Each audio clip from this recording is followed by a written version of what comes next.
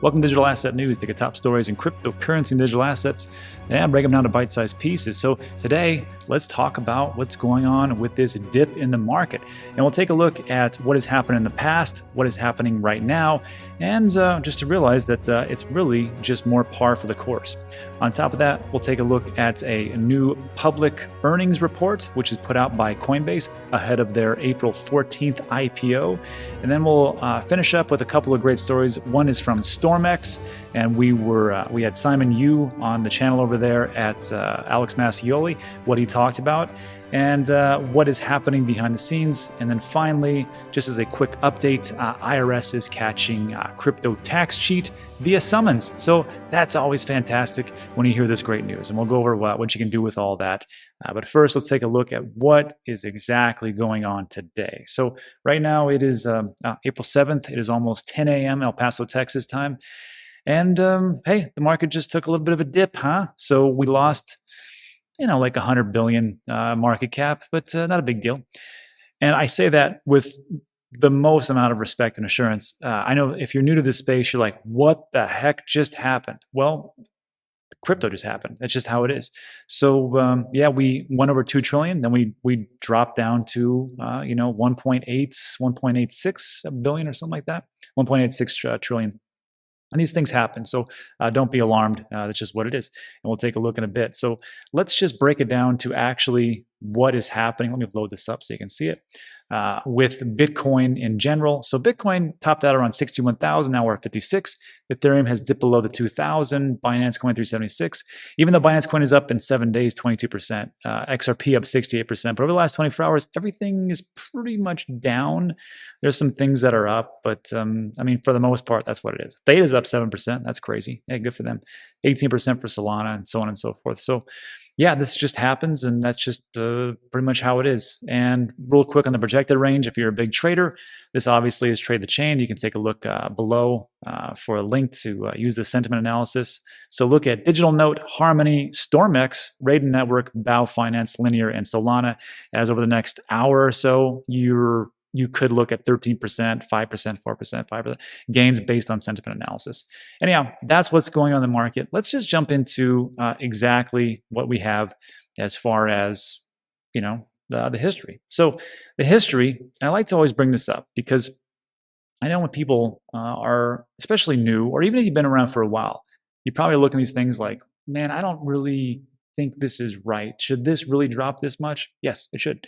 And here's a quick little snippet that I've been saving about from the last bull run. So just remember in 2016, 2017, everything goes in 4-year cycles for the last 8 years. Now, past performance does not equal out to present day what could happen. But over the last 8 years, this is what's been going on. And we've had things dropped down 38%, 38%, 33, 38, 36, 29, as we took that big, huge parabolic run up in 2017 when Bitcoin hit a measly $20,000.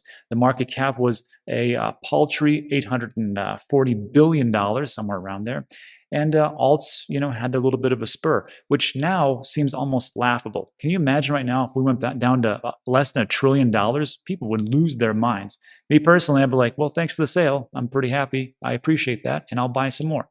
But that's what's going on in the past. And of course, we just had a bit of a dip again. And just like this is a nice little chart right here from early December, January 2021, and we see 20% dips, 18% dips as we just continue to elevate. So here's the thing.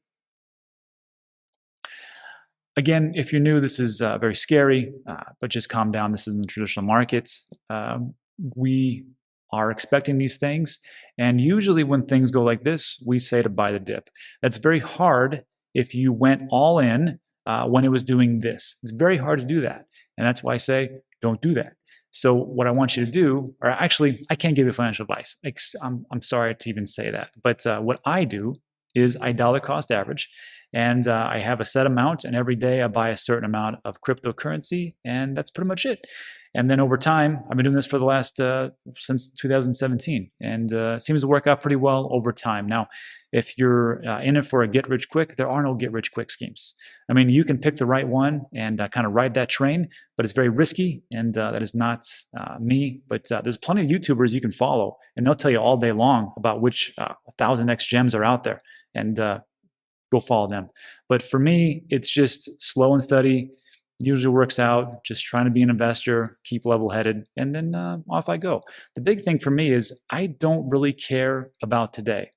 I don't really care about these dips because I know, or I think I know, or I think I have a good understanding of where things could potentially go. And I just look at the past, 4-year dips, having all-time high dip reset. This is from 2012. Then again, 2016 to 2019, same thing. And 2020 is going to repeat. Now, is it going to go all the way up? I have no idea. Is the bear market going to last for 2 years or so? I have no idea. But I can tell you this: 2021 is going to be a fantastic year. There are so many institutions, so many people coming out. There are so many people getting into this space. This is, you can never give guarantees, but it's looking pretty good. Anyhow, let me know what you think about that in the comments section. Let's move on to our next piece. So next up, congratulations, Coinbase. That sounds funny coming out of my mouth. I'm not a big fan of Coinbase because as you get into the market, you start to realize, the fees that are pretty crazy. And for some people, they realize that. But I have to always take a step back and look at, it's not just about me, it's about everybody. And a lot of people who are coming in, Coinbase is the easiest option. It is the simplest. There are no, bunch of graphs and charts and market prices and set limits and everything else. It's just buy and go. Super simple. And everybody seems to agree that sometimes with simplicity, you have to have that price, and that's just what it is. So Coinbase is going to go public. They're having their IPO on April 14th. So they have to start to report these different metrics. And one of those is they just said this, and I'm going to skip over all the text because a picture's worth 1,000 words. And this is what we've got right here. Let me blow this up so you can see this. This is just it. This is all you got to really know. So in Q1, this is in 2019. Look at this, all the way to the left. 66 million Q1 2019. Remember, 2017 was like the big year, and look at that, 66 million. Q2, 211, 159, 98, 191. Q2 2020, 186. Then almost doubled in Q3 20. Q4 2020 was monstrous. I'm sure when they went from 315 to 585, again, almost a double. So they went from 186, 315 to 585. They're like, wow, can we do any better? Look at Q1 2021, 1.8 billion. That's all you got to know for this entire article. They are crushing it. They are crushing it. And of course, yes, you're going to say that they are crushing it based on everybody's fees and what people are paying for. And you would be correct, but it is what it is. So when people talk about Coinbase and how good or bad it is, this is what we actually have. Oops, wrong one. Let me jump back. So really just to finish up this article, it just talked about a couple of metrics. This was from CEO Brian Armstrong, where he says, hey, on our Q1 earnings call on Tuesday, we announced 56 million verified users for Q1 of 2021. So that's just the users that they have all signed up and are actually there in the system. That's not the monthly users. Coinbase says it has monthly transaction users of 6.1 million. So I know when people talk about, like they reach out to Coinbase and they try to get customer service and they don't get anything. Maybe it's because they got so many people on there, and that is a lot more than I thought they actually had. But again, that is no excuse. If you're making that much money, you can afford to hire people and get them going. But I will tell you this. I've never made over $1 billion, not yet. But if I had all that money, it'd still be very difficult to get all the people in there, all the people trained the right way, answering the questions correctly, and get them on track to up to speed to where they need to be to answer all your questions. So again, growing pains, and we're seeing a lot of that, especially with Voyager. And I know there's a lot of different issues going on, and we're trying to get Steve on the show again, and hopefully he can answer what's going on there. And that is what's going on with with Coinbase itself. And April 14th, they say, is going to be a catalyst for the cryptocurrency market.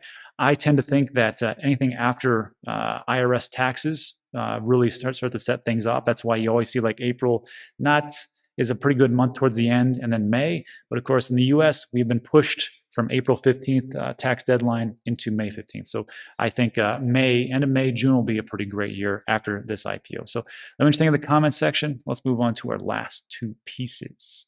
So next up, StormX. So if you're on the channel, I'd like to invest into people. Projects are great, right? You have to have a good projects, or you have to have a good working use case, and there's a lot of those out there, but I like to invest into people. And we had Simon Yu from StormX over on Alex Mascioli's channel. I'm going to link the video to what we talked about. And it was great. And he had a lot of great answers and a lot of things that they're trying to do as far as like pushing things forward.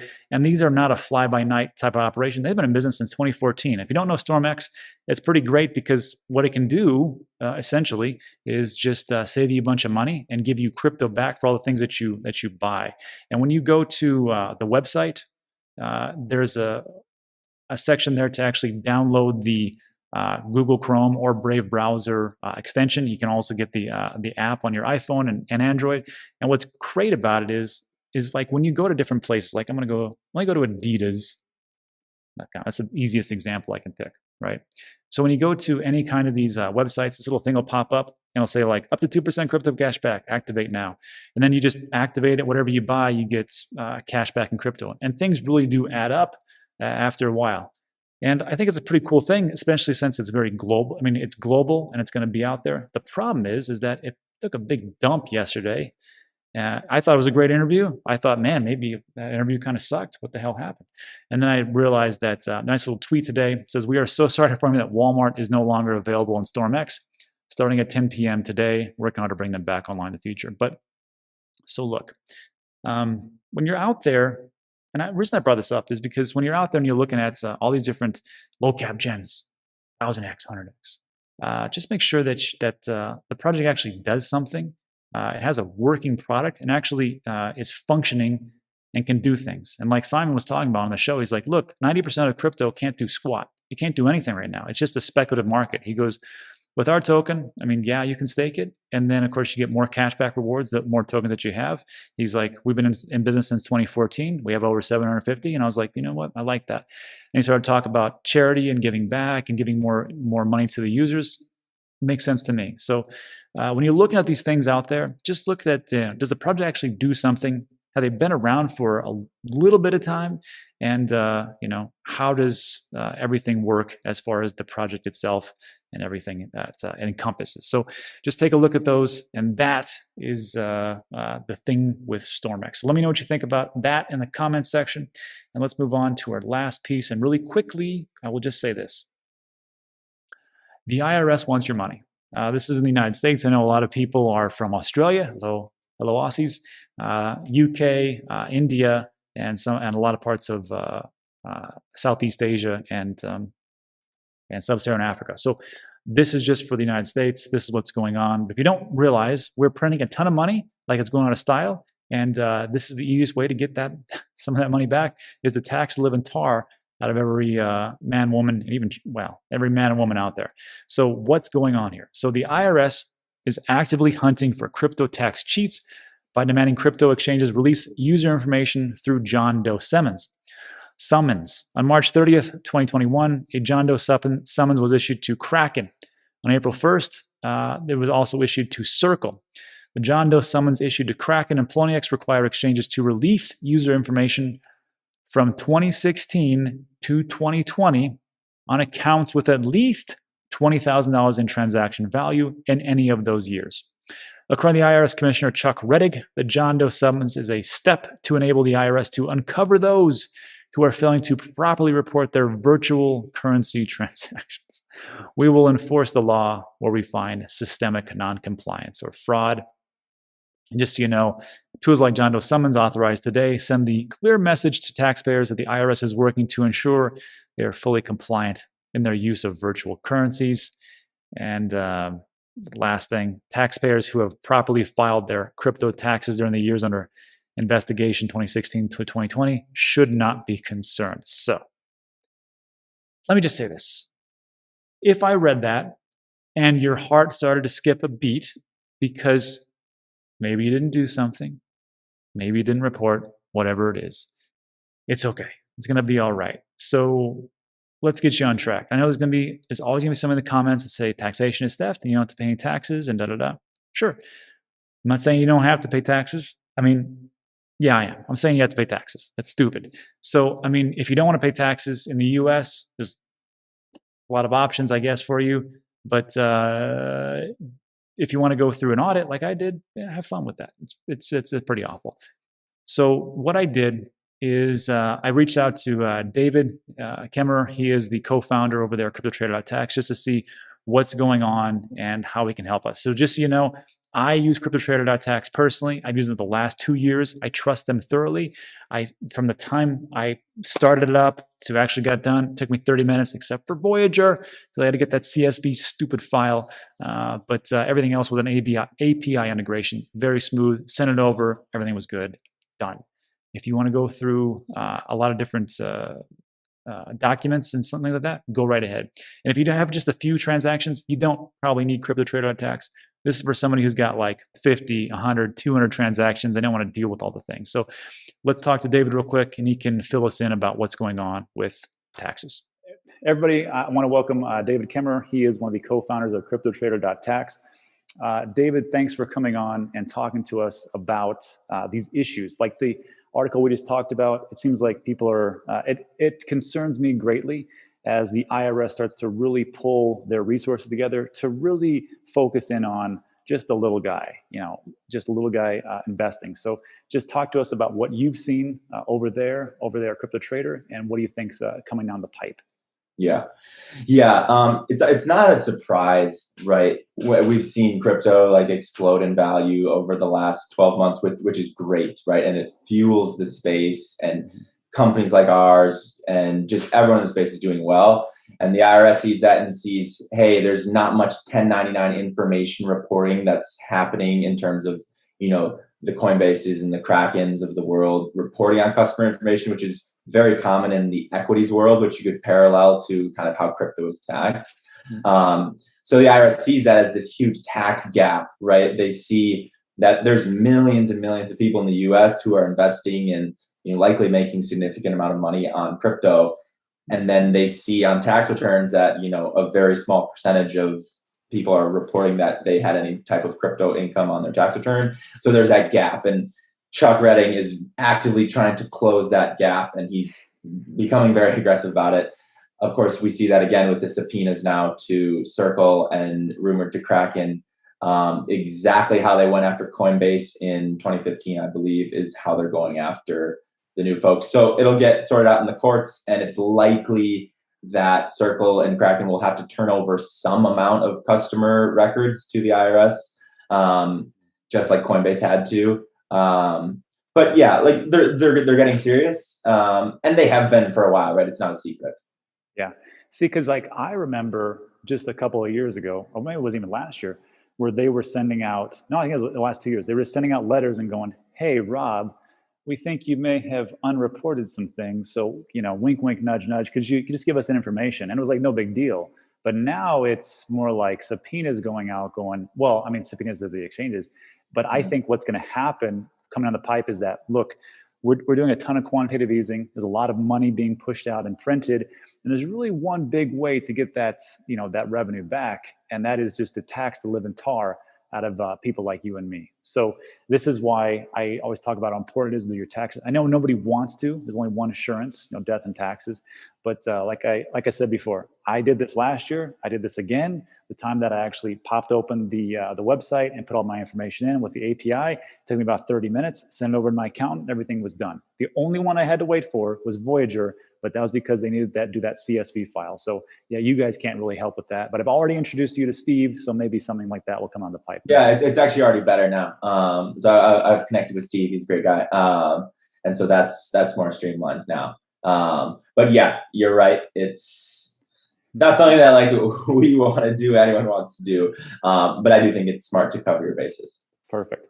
And then real quick, I get this question a lot, which is about staking and how that works out with taxes. Yeah. Because, first of all, do we have to pay tax on the staking? And second of all, how does crypto trader do that? Can they do that? Can it be reported, or do we have to do it manually, which would suck? Right, exactly. So it very much depends a little bit on how the staking actually happens, right? For some pools and incentive programs, it happens differently, where the staking rewards kind of accrue, but they're not actually available in your wallet. But let's say in a traditional example where I'm staking assets and I'm kind of getting dripped staking rewards right into my wallet. Every time that you receive staking rewards, that's just treated as income at the fair market value if you're in the US, in US dollars at the time you receive it. So if I'm staking, let's say Ethereum on the new 2.0, and I receive a staking reward of 1 Ethereum right today, which wouldn't happen, but I would recognize around $2,000 of income today. And then that's added to your taxable income. Now that income becomes your cost basis moving forward. So now for that 1 Ethereum that I received, I have a $2,000 cost basis. So let's say ETH skyrockets in price and goes to 4,000. If I sell that Ethereum, right, I have a 2,000 basis. I sell it for 4,000. So there's also a $2,000 capital gain on the sale of the property. So that's kind of how staking works. And with CryptoTrader.tax, there's so much development activity, new protocols, new governance models launching really every day, which is great for the space. Makes it gives us a tough job for my team, but we're scaling up fast now, so we're actively hiring. If anyone in your audience wants to check out our career page, but in terms of just deeper integrations. You and I offline were talking about Cardano, the staking rewards there. So we don't support that right now, but all of these things are on our roadmap, and it just takes time, right? So if you're receiving staking rewards from things like directly on Coinbase, you can now Kraken too. We pull that in no problem right now. If you're on Uniswap doing liquidity pool stuff, we rolled out Uniswap a couple months ago. So we're just going to keep doing that. We're going to keep doing what we do, rolling out more and more integrations so that there is no manual work. And you can just, click a few buttons and we'll spit out your necessary stuff. So that's our job. And, the next 9 months, there's a lot to do, but it'll be good. Yeah, that'll be good. Yeah, thanks for not making me do more work. I mean, no one likes more work, so thanks. We appreciate it. And then just real quick, I know we talked about how if they're staking on the exchanges, you guys pretty much cover that as far as the whole spectrum, right? Yeah, exactly. Because that's just a little bit easier. We already consume all the exchanges APIs, so they just made that available. We can pull in, staking reward, classify that under your account in our system. It's not as difficult as going out to the blockchain data like Cardano, right? Ethereum is a little easier. But this is technical jargon. Yes. For the exchanges, no problem. We've got that covered. Perfect. And then the last thing I want to talk about is what's coming down the pipe with you guys. Yeah. What's happening that can really propel CryptoTrader the next level? So the first answer is more of the same, right? We have a model that's working, and so we just want to do more of that. So hire more people to build more integrations, to build better features, that are just going to do exactly what you and I have said. No manual work, super simple, tax reporting for any use case in crypto. Outside of that, we do want to move into a lot more portfolio tracking type capabilities. So, real-time P&L across all of your platforms. And that's a little bit more out in the future, but it's going to be awesome once we launch that. And that will be completely free to use. Unlike, downloading your tax reports. So there's a lot of ways we can go with it, but those are the two big things, right? It's just more and more integrations, DeFi, margin, right? All this stuff. And then moving into portfolio tracking, real-time tracking.